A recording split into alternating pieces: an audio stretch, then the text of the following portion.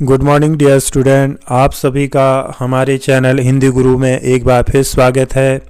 आज हम आपको पत्र लेखन की श्रृंखला में इससे मैं अनौपचारिक पत्र के बारे में बताऊंगा। इससे पहले की वीडियो में मैंने आपको औपचारिक पत्र कैसे लिखें इसके बारे में बताया था। इस वीडियो में हम अनौपचारिक पत्र के बारे में चर्चा करेंगे कि एग्ज़ाम में आप अनौपचारिक पत्र को कैसे लिखें।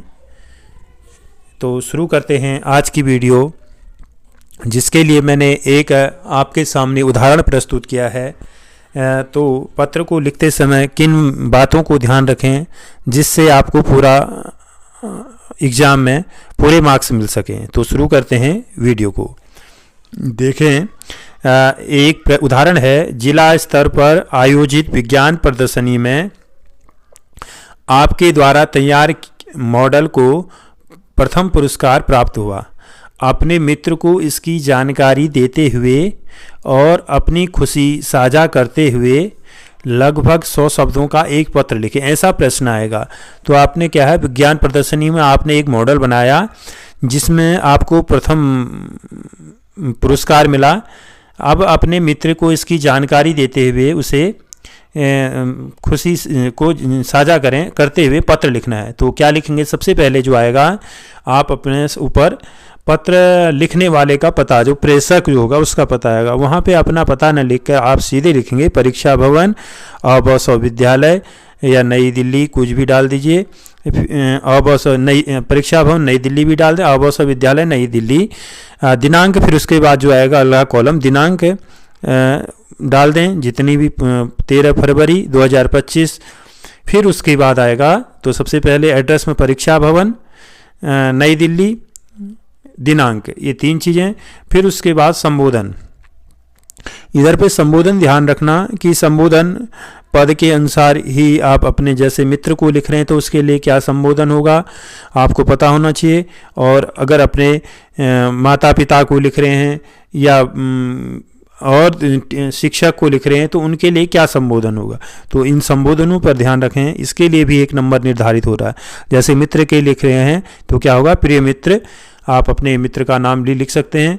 परविंदर, सादर नमस्कार, मैं यहाँ पे कुशल पूर्वक हूँ। फिर उसके बाद विषय वस्तु आ जाएगी नीचे संबोधन के बाद, कि आप जो अब अपनी बात को, अपनी जो जानकारी दे रहे हैं कि आपने मॉडल में विज्ञान प्रदर्शनी में प्रथम पुरस्कार प्राप्त किया था, जिसकी जानकारी अपने मित्र को है। आप यहाँ पे उस बात को रखेंगे। मैं यहाँ पे कुशल पूर्वक हूँ, आशा करता हूँ कि आप भी कुशल पूर्वक होंगे।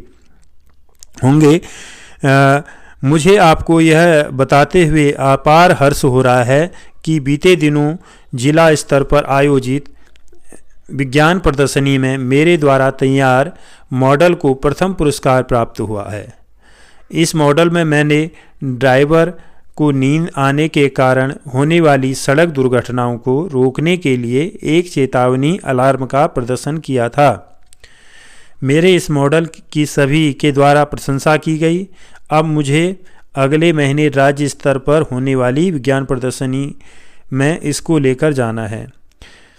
आपकी शुभकामनाएं साथ रही तो मेरा यह मॉडल वहाँ भी प्रथम पुरस्कार जीतेगा। यदि संभव हो सके तो विज्ञान प्रदर्शनी में अवश्य आना।